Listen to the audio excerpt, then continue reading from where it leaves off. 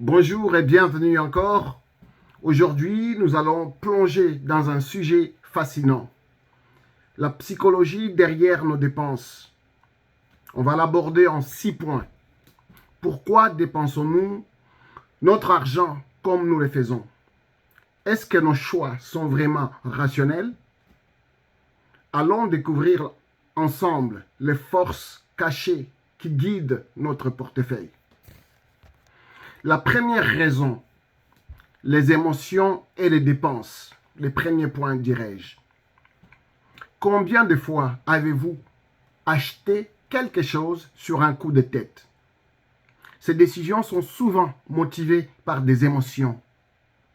Joie, tristesse, ennui, stress.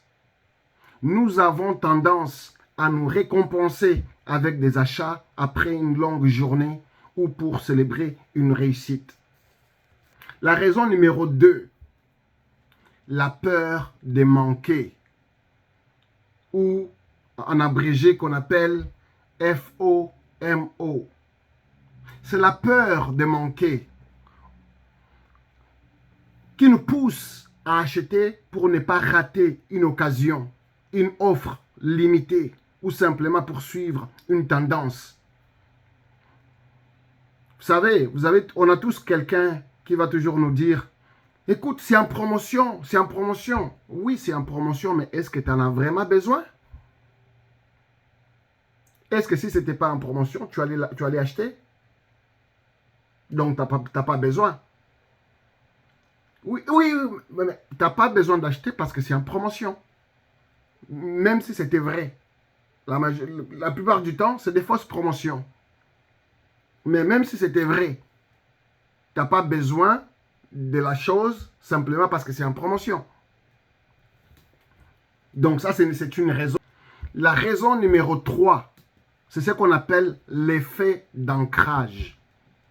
Lorsque nous voyons un prix initialement élevé, suivi d'un rabais, nous avons l'impression de faire une bonne affaire, même si l'article n'en vaut pas la peine. C'est ce que je viens de dire, quoi.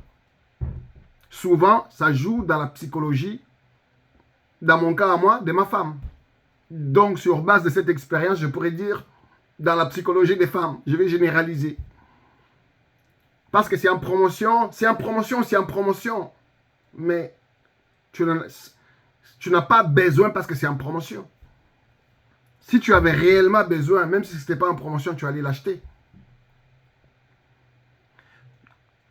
Donc, le point numéro 4, c'est les besoins d'appartenance.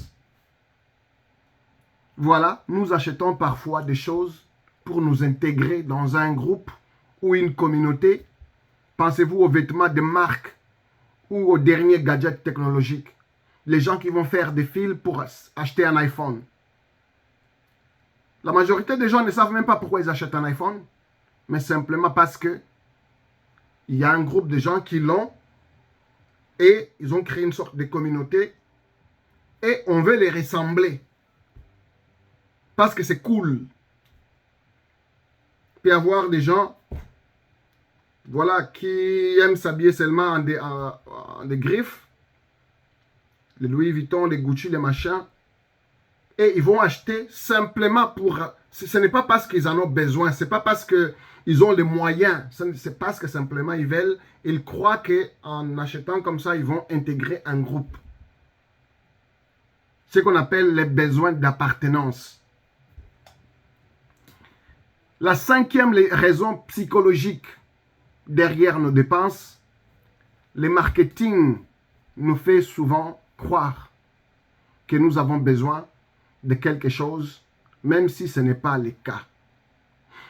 Comme ce nouveau smartphone qui ressemble beaucoup à l'ancien, mais avec quelques nouvelles fonctionnalités.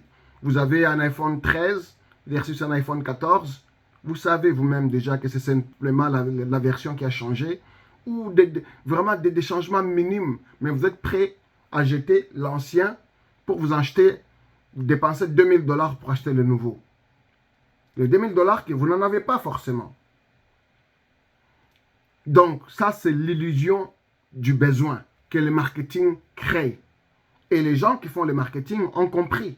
Ont compris que, voilà, on utilise la psychologie pour atteindre nos besoins. Aujourd'hui, c'est un domaine, en fait, l'un des domaines qui utilise le plus la psychologie pour vendre, c'est le marketing. Presque toutes les grandes stratégies de marketing aujourd'hui sont utilisées via la psychologie. Que ce soit à Hollywood, que ce soit presque dans tout, c'est la psychologie. Le point numéro 6, la raison psychologique numéro 6 derrière nos dépenses s'appelle les biais de confirmation. Nous avons tendance à chercher et à valoriser les informations qui confirment nos croyances existantes. Si nous pensons qu'un produit est bon, nous cherchons des avis positifs pour justifier l'achat. Donc, les biais de confirmation. On veut déjà l'acheter, mais on manque des raisons. On manque des raisons qui justifient parce qu'on n'en a pas besoin. Mais on va chercher des avis positifs qu'on trouve la raison d'acheter. Voilà, on a vu 6 raisons psychologiques derrière nos dépenses. En guise de conclusion, comprendre la psychologie derrière nos dépenses est essentiel pour faire des choix financiers judicieux. En étant conscient de ces mécanismes, nous pouvons éviter les pièges courants et dépenser notre argent de manière plus réfléchie. N'oubliez pas, il est toujours bon de prendre un moment pour réfléchir avant de sortir sa carte bancaire. Allez, vous étiez sur Cash Stratégie et puis on dit à la prochaine. Ciao.